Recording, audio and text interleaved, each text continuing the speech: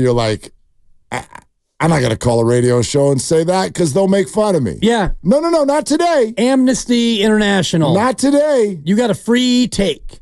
And, you can have your take, and it can suck. And eat it, too. And we're not going to, thank you, it's a 3. And we're not going to rip you. We might have a little back and forth point, counterpoint. Right. And you did kind of rip the caller from this morning who said that. I didn't know what to do with this. The team is out on Shanahan. Yeah, let me play. So this is what inspired. You should play it again. Inspired the conversation was a call from the Morning Roast. And I just missed it. I went to the dry cleaner. Yeah. I had to drop off 3 dress shirts because I had a pile of the dirty clothes. And one of those things that you don't often do. I don't wear a lot of dress shirts, but it's nice to have them clean in the closet for when you need it. And so I was actually in the car, and then I missed this call. And I heard the aftermath, and I was like, man, I want to know what they're talking about. Yeah, it was just funny. And I think this is also the nature of sports fans, especially those of us who do this for a living. Like, I bet there are plenty of human beings on earth who would never be bothered one bit if they heard someone say something about sports with which they disagreed. They'd just be like, well, that's fine. That person thinks this, and I think that. But not us. We're in sports media. And so we carry this stuff around on our shoulders for days. I'll wake up in a cold sweat a month from now because of this take from TC in Sacramento on the Morning Roast. Listen, the writing's on the wall. Players are fed up with Kyle, bro. Even McCaffrey. Man, you use me like a workhorse, and then you don't want to give me my money reconstructed. You want to tell people they got to either take this or they got to leave. Like, people are getting tired of Kyle, bro. Joe, Bonte, I try to tell y'all, I try to tell y'all about this dude, bro. Their locker room is fed up. It's only a couple guys maybe in that locker room. Debo may be one of them, and he might be the lone shark, bro. And maybe Brock Purdy, but Brock Purdy hasn't seen the truth Kyle yet with him not embracing him. Seriously, bro. I know, TC. I know you're serious. So when TC says that, which, and I'm like, let's be whimsical. Fine. That's your opinion. I think it's one of the craziest things I've heard someone say on 95.7 The Game in a year. Like, I literally think it's that wild. But great. Fun. Woohoo. Bro. That's the writings on the wall they all hate.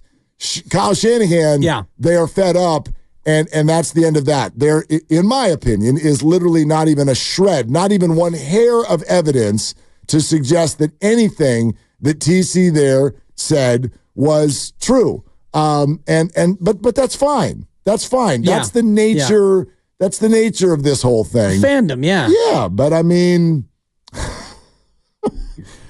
it's taken a little meditation to get me to this point. Let's just put it that way. Well, I think you're especially, and I don't want to say sensitive because I don't want to paint you as sensitive, but you do have a sensitivity when it comes to the criticism of Kyle Shanahan. And when people invoke Atlanta offensive coordinator. But that's the wrong word. You're not wrong that I'm very, very firm about that. Right. But it's not sensitive. I don't want to make you seem like when you heard that call, you had to go to the tissue box and dab at the corner of your eye. I don't take any of it personally. I'm not Kyle. It annoys you when people come down Kyle's road. It's not just Kyle. Do you want to know where But I want to drill down on the Kyle part of it. Okay, go ahead. But it's also, I mean, it's Farhan to an extent. It's Steve Kerr. It's people in their profession who have been successful and probably know more than all of us put together. That is something that it seems to kind of bugs you a little bit. Well, it's not about what they know, because everybody who gets there in professional sports largely knows something, and we all know something. You know this. I know people are like, oh my God, you guys get to just like turn on a mic and talk sports for a living. Like, if you think that that's what goes into all of us having gotten here, my God, let's get a beer. Right. Like, that's not what this is. They're like, whatever your job is, if you've arrived at a certain place, you're really good at it. If you're in your 40s or your 50s and you did this for a career, good God, you know some things that the rest of the world doesn't know. So that respect to me is inherent. I do have, if you want to call it a sensitivity, an ear, a leaning. It's not just Kyle. It's less so Farhan, because Farhan does have some, I think, very legit criticisms that sit there. Yep. Steve Kerr, less so. None of them are perfect. Who the hell's perfect? Why do we even have that conversation? Everybody makes mistakes. They all have. We do too. You do too. Angel Hernandez. Oh, my God. That's all he makes. But anyway, like, I think that in especially sports media and fandom today, we have become very, very immune to and accepting of undue criticism. And I don't like it. I don't like it. I do not like criticism is fine. Undue criticism is not. And here's what's even worse, the lack of acknowledgement of when things are done right. So let's use Farhan as an example. Okay. You don't have to like him. I get it. I know that most of you don't. And you've got your list of everything he's supposedly done wrong. But my God, you will not spend 2 seconds on all of the things he's done right. And I could give them to you right now, but I won't because you don't want to hear them. Yeah, I've heard it before.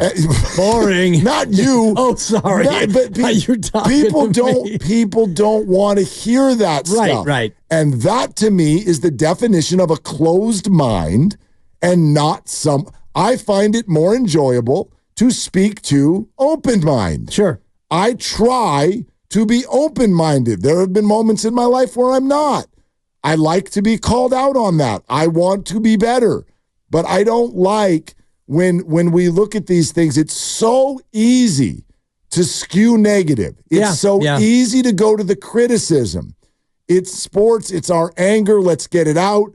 Who the hell wants? No one's signing up to listen to the show that's like, we're called the Johnny Positive Show. No one wants to listen. I get it. But it bugs me. Like, good God, if you think, quote unquote, the writing's on the wall, they're fed up with Kyle Shanahan. Yeah. I don't know. I don't know what to say to you. Well, that's a premise. If you think he's a crappy coach, I have no clue. Your mind is so closed. I have no idea what to say to you about the topic. Well, if you want to talk about writing on the wall, for me, you would need to explain what exactly is there from an evidential standpoint that would tell you that the writing is, quote, on the wall. Because I see free agents who sign to join Kyle Shanahan. I see drafted players who do well and re-sign with the Niners and Kyle Shanahan. I see a team that has been pretty darn successful under Kyle Shanahan. They've had a couple of clunker years, and a lot of times it's when they lost their quarterback. And, you know, the Trey Lance debacle, you can say they messed that up and they got lucky with Brock Purdy or whatever you want to say. But as far as, you know, players not wanting to play for Kyle Shanahan, I don't know if I've seen a lot of that evidence. And so, you know, and I know that phone call is what really spurred this topic, and it kind of leads me to my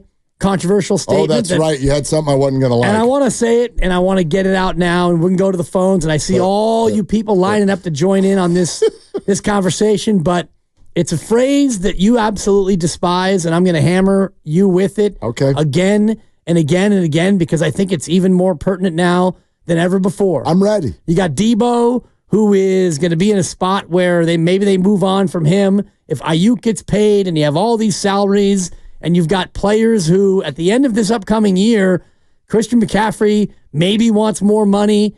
Are they going to be able to keep Debo and Christian? Is Dre Greenlaw coming back? How's Hufanga's knee going to be? And all these other injuries. I think looking at this year, this is their last chance to win a Super Bowl, Mark. This year, you know what this is, Mark? And you're going to have to face up to it. This isn't even going to May 29th, this is so 2024. This is not going to bother me at all. I can blow this off with ease.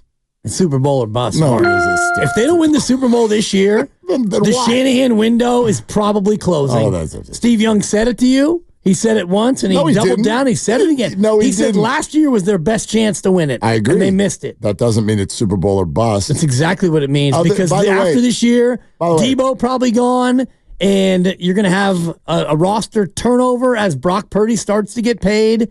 You're running out of time, Shanahan. It's starting to lose the locker room. It's Super Bowl or bust. You're welcome.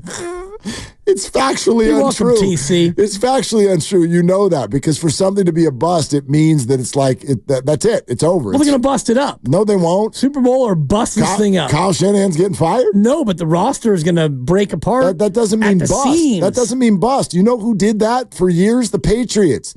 It doesn't mean you can't Well, it's because your quarterback played for $14 million a year. Right. Brock's not doing that. Yeah, you have no idea what's going to happen next. He's getting $50 million. Yeah, and in today's NFL, you can do that and win. Like there's no evidence. Like, to me, when you say you have to win this year or it's over, it literally means you have a franchise that's going to, like, do you want to know who had championship or bust a few years ago? More than a few years ago. The Rams. No, the Marlins. We talked about this yesterday. We are going the A's, and whenever they were good, because you knew what at the end of the year.